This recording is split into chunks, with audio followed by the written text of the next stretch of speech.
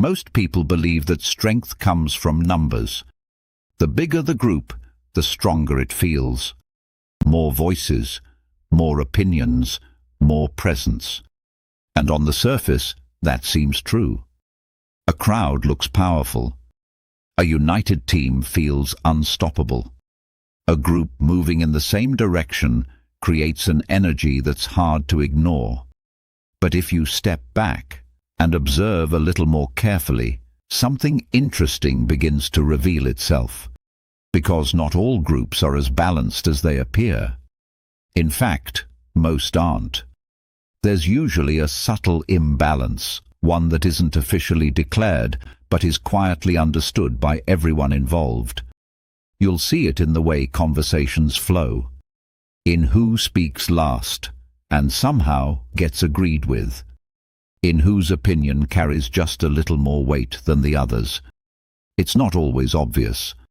Sometimes it's not even intentional, but it's there, a center of gravity. A person who, without needing to demand attention, naturally becomes the point around which everything revolves. In a workplace, it might be that one colleague whose attitude shapes the mood of the entire team. If they're motivated, everyone feels energized. If they're disengaged, the whole room feels heavier. In a group of friends, it could be the one person who decides where everyone goes, what everyone does, and somehow no one really questions it. And in larger movements, it's often the figure people look up to, the one who gives meaning, direction, and identity to the group itself. Now, here's where it gets interesting. Because the real strength of the group is often not in the group at all. It's concentrated, focused, held together by that one central figure. And you don't always notice it until something changes, until that person steps back, or loses influence, or simply isn't there anymore. At first, nothing seems different.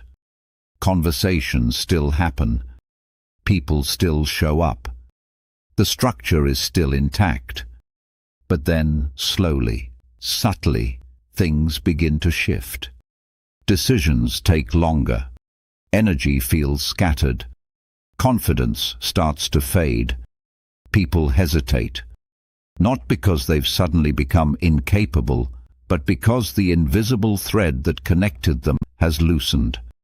And without that thread, everything starts to feel just a little uncertain.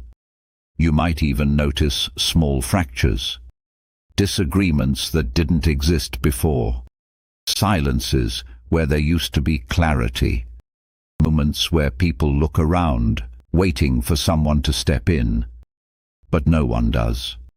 Because the role that person played was never formally assigned. It wasn't written anywhere. It wasn't announced. And yet, it was real. Very real. And when it's gone, you start to realize just how much it mattered. This isn't about weakness. It's not about people being incapable on their own. It's about something deeper, something psychological. Because as human beings, we don't just operate as individuals. We respond to presence, to confidence, to certainty. We look for anchors, people who make things feel clear, stable, and directed. And when we find that, we align ourselves with it. Sometimes consciously, most of the time without even realizing it. That's why one person can influence the mood of many. Why one voice can shape the direction of a group. Why one absence can create such a noticeable shift. It's not about control in the obvious sense. It's about influence in its most subtle form. The kind that doesn't demand attention, but quietly holds everything together. And once you start noticing this pattern, you begin to see it everywhere. In teams, in friendships, in organizations, in leadership, even in situations where no one appears to be in charge. There's almost always a center, a focal point, a shepherd. And when that shepherd is no longer there, the structure doesn't collapse instantly. It disperses. It loses shape. It becomes something less defined, less certain, less powerful than it once was. Not because the people changed, but because the connection between them did. This is one of those truths that feels obvious, but only after you've seen it. And once you do, you can't unsee it. Because suddenly, you're no longer just looking at groups, you're looking at what holds them together. And more importantly, what happens when that center is removed? This brings us to one of the most strategic and often misunderstood principles from the 48 Laws of Power, a principle that has been used in leadership, conflict, and control for centuries.